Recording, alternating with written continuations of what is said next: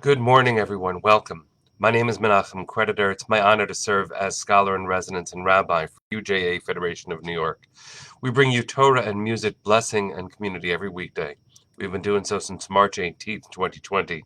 Today it is February 6, 2025.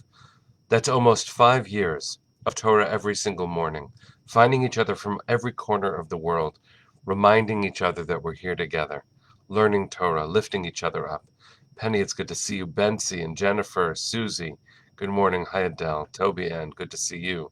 Jack and Peter, Boker Tov. Yona Rue, hi, my friend. Sending you so much love. Valerie, Boker Tov, Hineni with you. It is broadcast 1235. That is a lot. Jennifer, it's good to see you. Patricia, Tziona, Arlene, and Anya, Boker Tov. It is day 489 of war. We are together, we have been together, we will be together to carry each other through every single moment.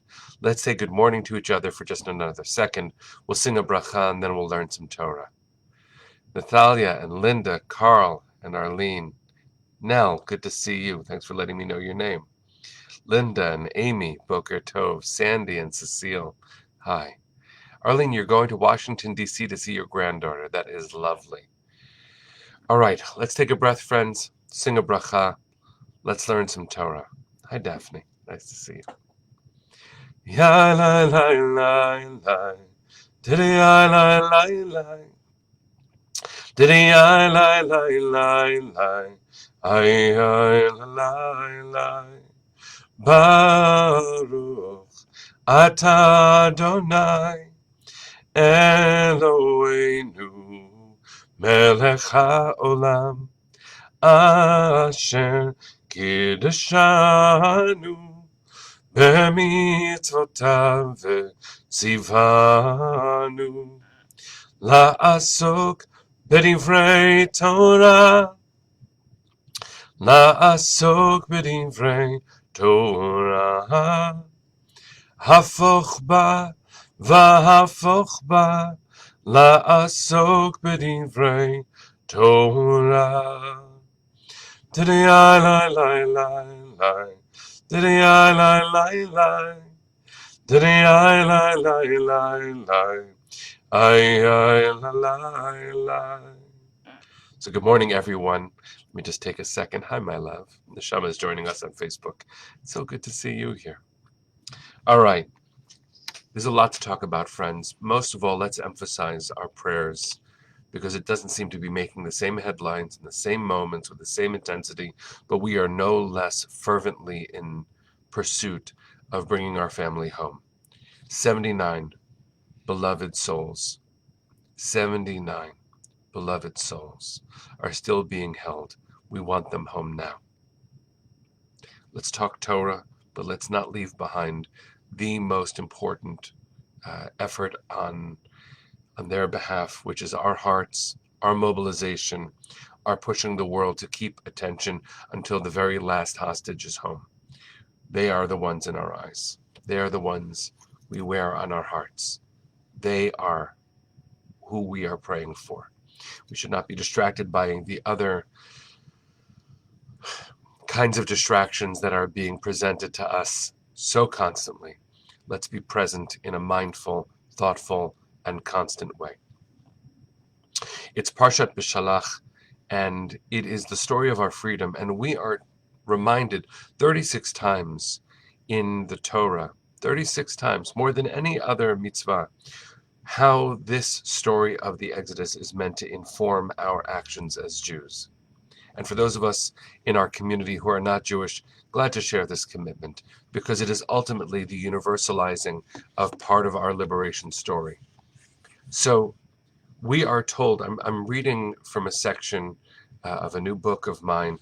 I'll be presenting this this coming Monday on a Facebook Live. It's a book called Zionism is Just. Glad to recommend it to you all, but also glad to share some of its teachings, which have been the animating force in so much of our learning together over the last 5 years. I wrote here, the ever-maturing Jewish vision of justice is pervaded with empathy. In one of the 36 times the Torah repeats the central maxim, we are commanded, V'ger lo tilchatz, v'atem yadatem et nefesh hager, ki gerim heyitem be'eretz Mitzrayim. Do not oppress a stranger, for you know the soul of the stranger, having been strangers in the land of Egypt. This story, our liberation story, is pervaded with the consciousness that leads us to pursue justice in the world, which is why Zionism is an articulation of justice culled from all of the experiences we have had. And so it is so important for us to know that, first of all, as Rose has said, Rose is my sister on our broadcast in our community. She wrote, "If you don't have a story, neither do we Christians." And thank God for what we share, friends. Rose, I'm so proud that we continue to learn together, and I can't wait to one day meet you in person so we can really do our work in the world, shoulder to shoulder. This is what I wrote after as a comment, but this is what we're talking about. Judaism's history of exile and marginalization, which unfortunately is fresh in our eyes, fresh in our consciousness. It is an attack on our homeland. It's an attack on our hearts, and in so many parts of the world, an attack on our bodies, and in our names, an attack on our soul and nobility. This is what I write. Judaism's history of exile and marginalization is a mandate for empathy and solidarity. Zionism stands against xenophobia, racism, and all forms of hatred, and insists the Jewish people's flourishing must never come at the expense of others' dignity. Yes, there are relentless attacks on Israel's legitimacy and on Jewish dignity, but it is also essential for us to remember that the pursuit of our own dignity and safety cannot come at the expense of someone else's dignity and safety. That's not how this works. Zionism was the modern not invention, but reframing of an ancient claim that the Torah makes clear, which is that we deserve a home, and we deserve a home because we are human. And the Torah begins with the assertion that all humans are human. Who doesn't deserve safety and peace? And so I ask you to remember to not relent, to not give any ground on Jewish dignity, the right we have to be fully human on earth, with a home, with a homeland, for our children, and in the name of our ancestors, wielding Torah and our hearts, never weaponizing them. We will fight if we must, but we do not long to fight. We long for a world where we don't need to fight, and where all of our energy, because we are granted the full measure of human dignity, all of our energy can be devoted to extending what we have learned on behalf of everyone else. That is who we are called to be, and that is why ultimately Zionism is just. Because Zionism is not the claim that only we deserve a space. Zionism is the commitment that our space should be a model of space giving, of full humanity, of dignity, of knowing that every people's story deserves caretaking, nurturing, recognition. I want to make this explicit in this moment. Zionism demands of me as an American Jew that I fight for the rights of every other human being to have their story understood, told, loved, witnessed, and supported. So too, in the name of my Zionism, in the name of my commitment to my own homeland, where my own daughter landed just this morning for 2 months of growing and exploration and learning, carrying her family's hearts, being in the center of our family's heart. She posted a beautiful picture from the arrivals hall at Ben Gurion Airport, and she wrote one Hebrew word, Chazarti. I have returned. She carries me in her eyes, and I see her in mine. And this commitment does not mean that I close my eyes to the rest of the world.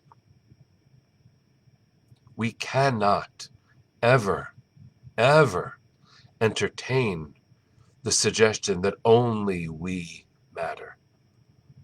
We will assert, because we must, that our lives matter. Our families matter.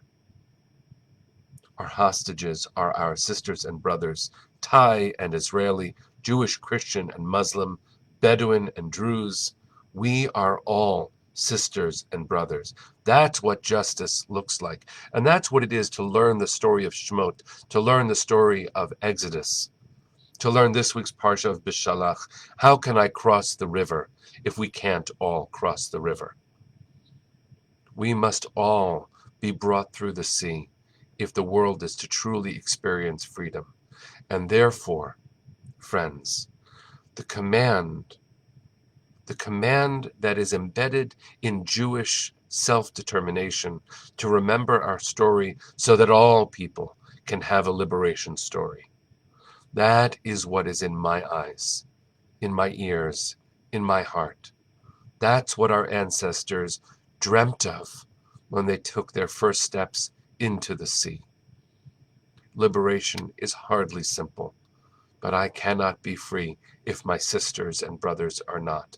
And by that, I mean my sisters and brothers who are hostages. By that, I mean my sisters and brothers who are human beings, including Palestinians, who deserve nothing less than full dignity of life, of which they have been robbed by their own leadership. But I cannot erase their humanity if I seek to establish and demand my own. I sing Hatikva not to erase the dignity of every other human being, including those whose leaders wish me harm. That is the demand of freedom, human responsibility. And Zionism teaches me that. Torah teaches me that. I invite you to hold on to this with everything you've got. Demand the return of the hostages and do not reduce the dignity of any human being. When their story gets better, our story will get better. And if we remember our story, we will demand nothing less than the fullness of justice on their behalfs too. My trauma should never cloud my judgment. I am called by Torah, by the history of our people, and by the best angels of our souls to fight for justice for everyone. Because only in that way can there be a vision of a world where these are not the headlines anymore. There's less chaos for everybody, and where everyone gets to be home. Isn't that the dream that the Torah bequeaths us, the legacy that our ancestors dreamt for us, and the responsibility that we have to keep on pursuing now? So I bless you, friends, on this 489th day of our sisters and brothers' captivity, on the 489th day since our borders were invaded by terrorists and our people were slaughtered. On this day, let us not in any way slow down our pursuit of freedom and dignity and return, and let us in no way forget the humanity that is meant to animate all of this. We have come too far to be any less than fully human. And so our eyes need to see full humanity everywhere we look. It's not easy, but that's our job. That's what it is to live justly on this earth. So I bless you to feel that to your core, to feel fierce in our pursuit of universal humanity. No one doesn't deserve that. Take a breath, friends. Send our hearts to the east. Let's sing Hatikva. Kolon malevav pnima nefesh Yehudi homia ulefate mizrach kadima ayin letzion Sophia on lo avda tikvateinu התקווה בת שנות 2000 להיות עם חופשי בארצנו, ארץ ציון וירושלים, להיות עם חופשי בארצנו, ארץ ציון וירושלים. Bring them home now. Am Yisrael Chai. See you tomorrow, my friend.